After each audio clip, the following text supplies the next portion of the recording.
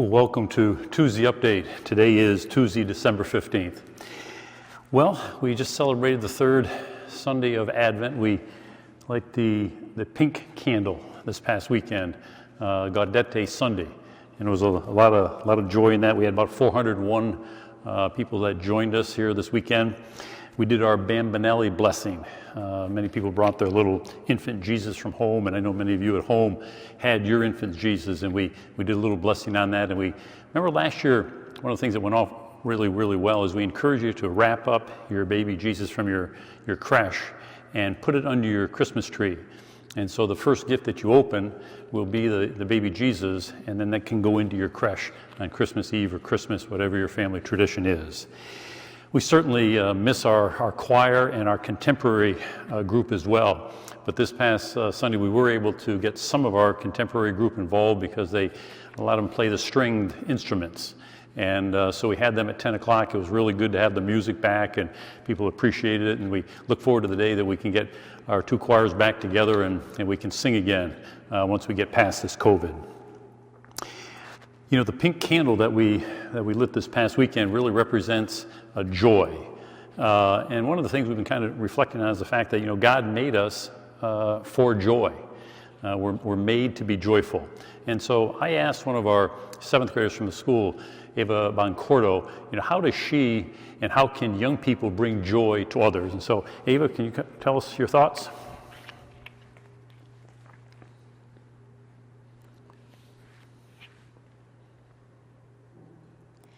Yeah, so kids can spread joy by talking to people who they maybe haven't heard from in a little while, or you could just send them like a card or just call them and let them know that, you know, you're thinking about them, because in times like these when you can't always go and see people or, you know, like talk to people,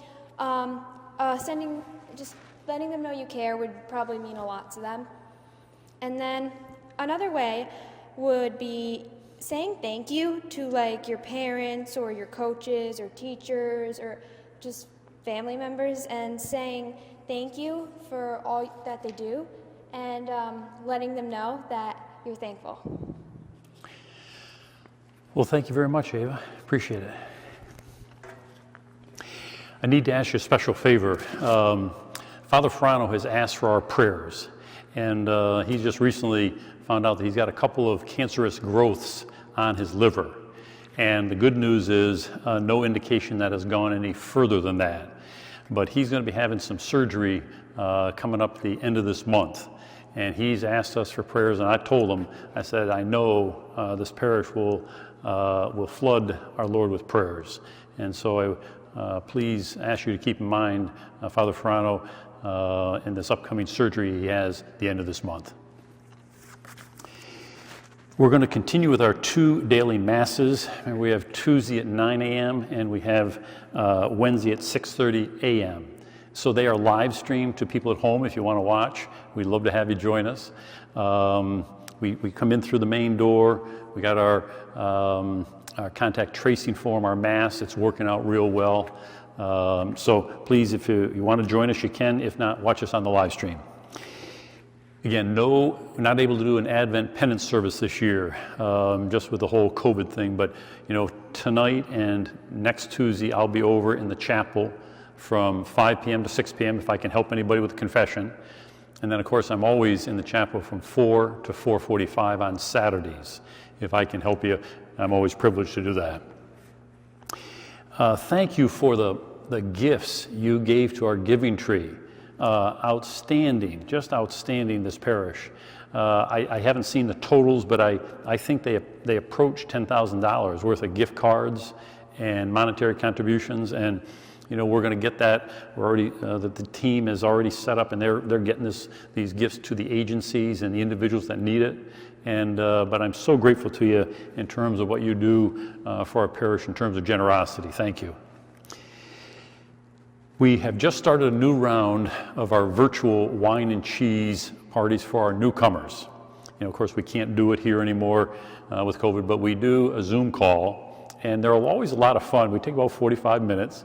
They get a little gift basket at home before, got a little sparkly apple juice and got some cookies, and we get on and we get a chance to meet them and tell them a little bit about St. Pius. And we're so fortunate. I mean, even in this COVID year, we've got, I think, going to have 90 to 95 new families join us, which is, to your credit. They always talk about the welcome here that we have, and so I really want to thank you for that. And I'm looking forward to meeting these new families when we can get back, to our regular masses, and you'll get a chance to meet them as well. With the recent spike in the COVID, again, if you need somebody to go out and get some groceries for you, you need to go to the pharmacy, you need a phone call, you want a prayer partner, that isolation has kind of got you down, let us know. We're happy to reach out with a phone call, do a little run around for you, especially if you feel scared with this new COVID spike. Well, yesterday we had a lot of fun here. We put together a Christmas skit that we want to be able to give to our nursing homes, our local nursing homes here, and to the residents there, and to our homebound. We had a lot of fun. We had some volunteers. They are committed to bring some joy and cheer to our nursing home residents. It was a little skit. It involved Santa, a Christmas story, some music by Brian, and a little blessing. Santa and his volunteers are going to be going to our 4 local nursing homes and bringing some goodies. We got a little gift from the parish, as well as there's going to be some tasty goodies from our meal ministers here, as well as our confirmation students. And then the kids in school and our confirmation students have made up some cards. So Santa is going to be coming around to the nursing homes, and you'll be seeing him. And we're going to send that video to you this Thursday as part of the Thursday Constant Contact. And I think you're going to enjoy it.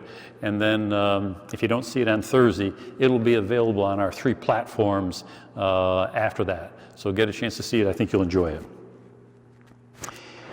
We're trying to keep things safe here, and I'm so grateful when you have something that you need, that you call us or email us instead of coming into the office. And again, I hate saying that, but I got to try and keep our staff safe during this time, and that's the best way to do it.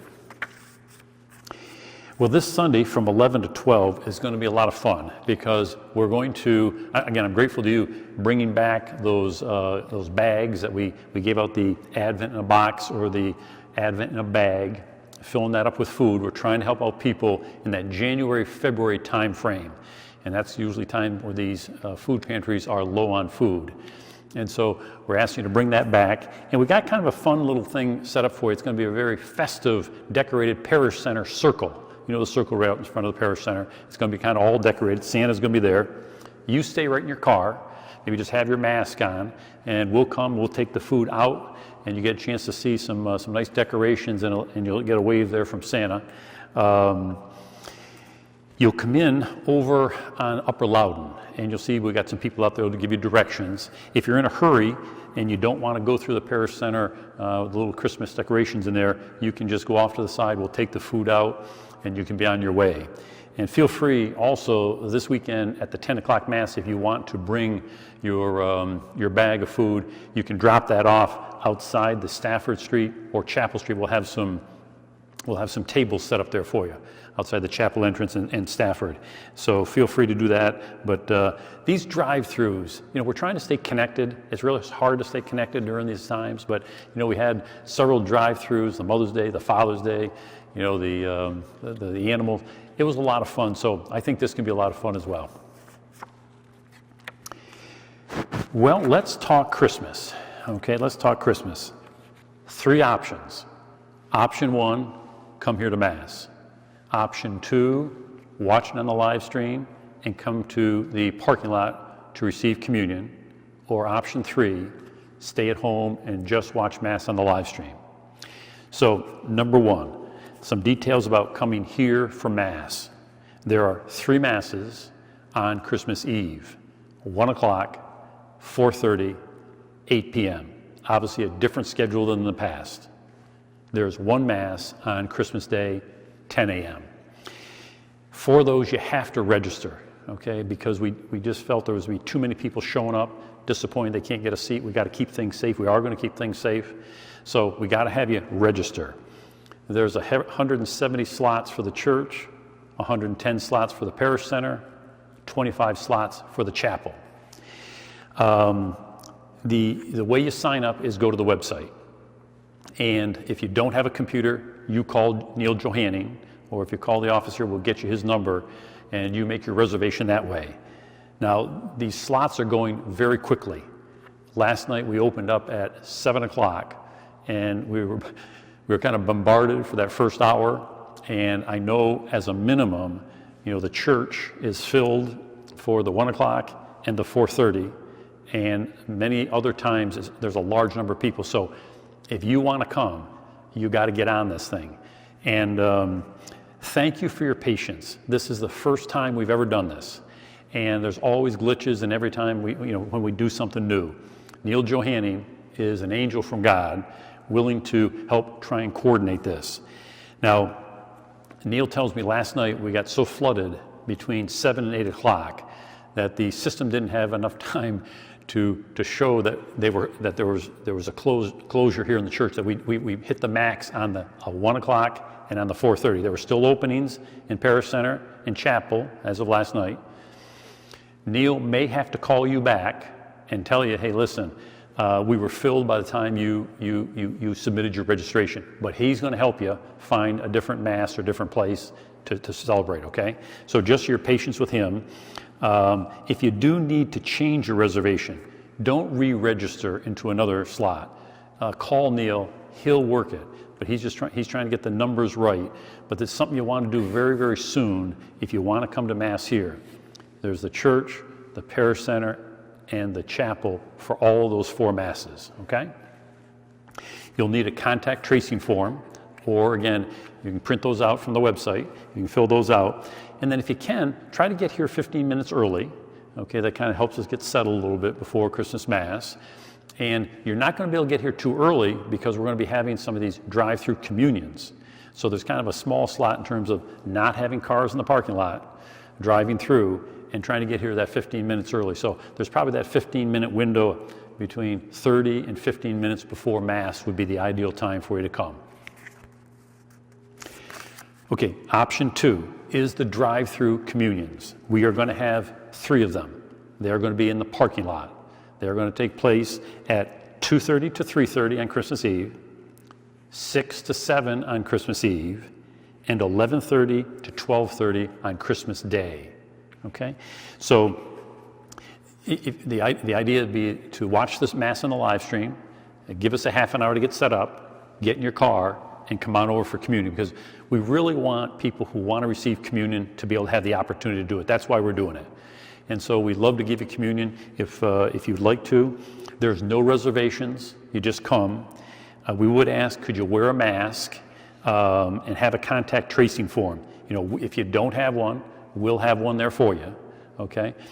You're going to enter off of Upper Loudon over by the gym, and we're going to have some people over there to help you. But you're going to come in there, and then we'll kind of guide you around.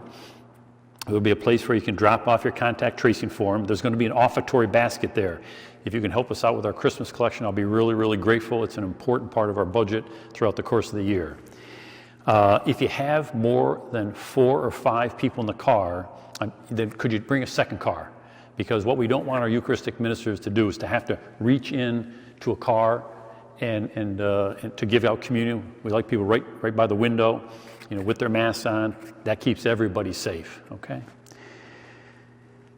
So that's the key thing. We want you to be able to have communion for Christmas, and so no reservation needed for that. So any one of those 3 drive-thrus, you are welcome. We'd love to have you. Third option is just stay at home and watch the live stream, huh? If that's best for you, then you do that.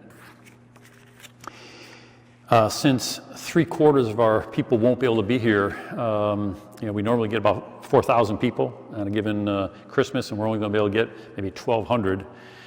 We want a part of you here, as a part of our parish family. So we're going to be decorating our sanctuary here Sunday afternoon. And we'd love to have something from your tree. It could be an ornament. You could make one. It could be a picture. You don't have to go order a new one, but just something from your family that speaks of faith that we can hang on this tree so that we're all here together, even though we're not physically here together, but that we are spiritually here together as we celebrate Mass. So think about doing that. We're going to have a basket in the back of the church you'll see it'll say ornaments. Just put it in there at any time. You can come during the week and put it in, but we need them by Sunday the 20th, because we're going to be decorating those trees Sunday afternoon on the 20th.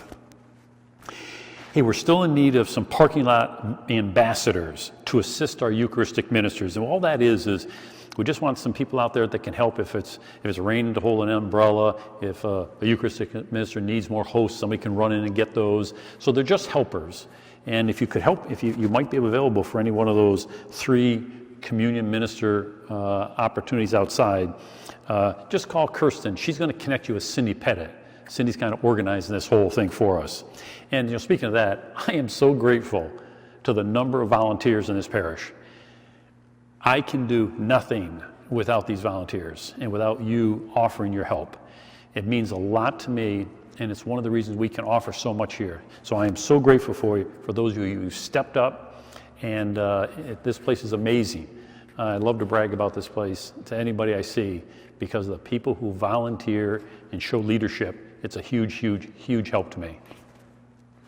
So, God bless. I will look forward to seeing you this weekend, either here in person or on the live stream as we celebrate the 4th Sunday of Advent and we get prepared to meet the Lord at his birth.